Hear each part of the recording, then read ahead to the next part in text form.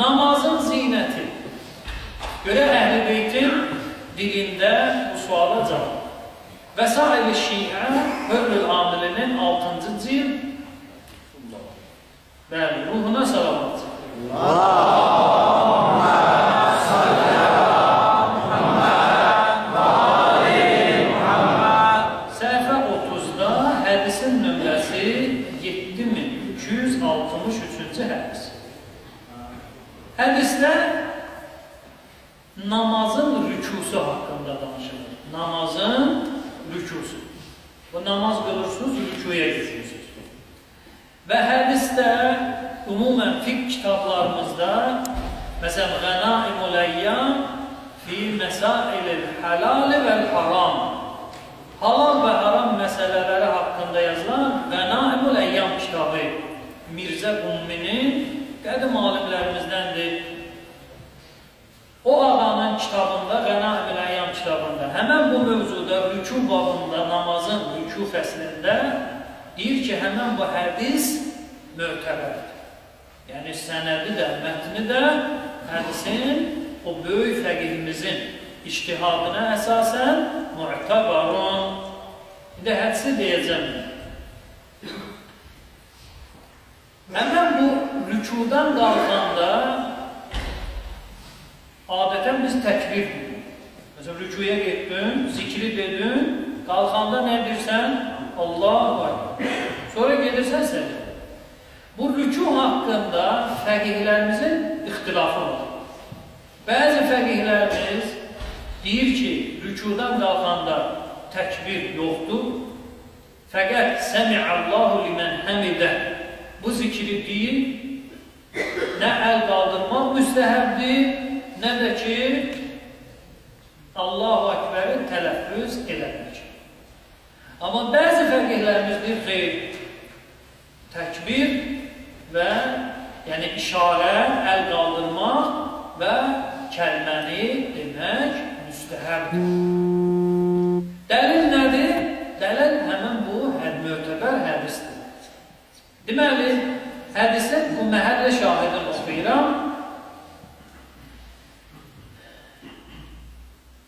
وَإِنَّ لِكُلِّ شَيْءٍ زِينَةً.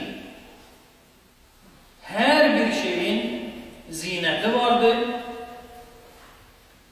فَإِنَّ زِينَةَ الصَّلَاةِ.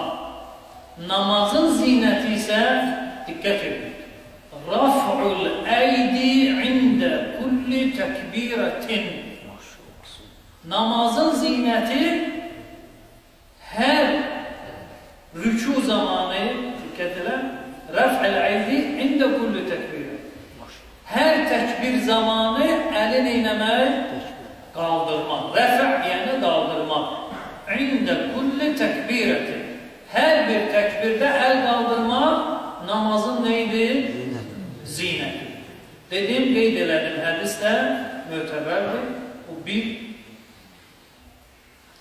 Digər kitabda, deməli bu da bizim çox qədim kitablarımızdandır. Hicrətin 400-cü ilinin alimlərindəndir.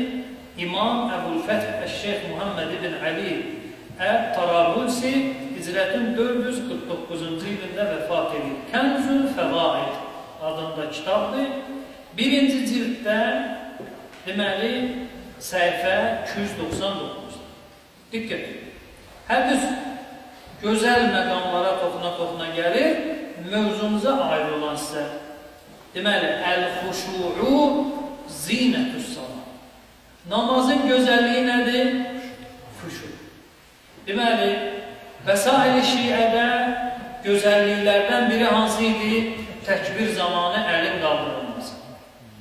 Bu kitabda, başqa bir hədisdə namazın gözəlliyi nədir? Xuşu.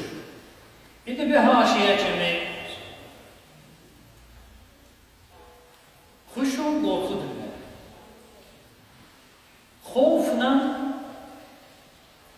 adətən elə bir xəşiyənin fərqin elə bir zikr edərlər ulamalar. Bu xəşiyə başqa baxımdan, amma bu haşiyə kimi. Xov qorxudur, xəşiyə də qorxudur. Amma xovla xəşiyənin fərqini onda bilirlər ki, xov zahirdə diqqət cəlb edən qorxunun əlamətləri. Məsələn, bir nəfər bir heyvandan qorxanda o zahirə çıxan o əlamətlər ki var, əsmək, rəngin dəyişməsi filan, onda deyirsən ki, bu xafə, onda xof var.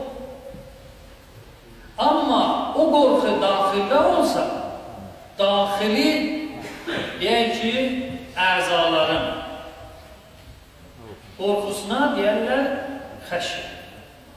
Deməli, namazın gözəlliyindən də, zinətindən də biri oldu nə? Xuşu. Və digər hədislərdə də var, məsələn, Peyğəmbərin və onun əhl-i beytinə salavat zikr eləmək, o da namazın nəyindəndir? Zinətindən biridir, salavat zikr.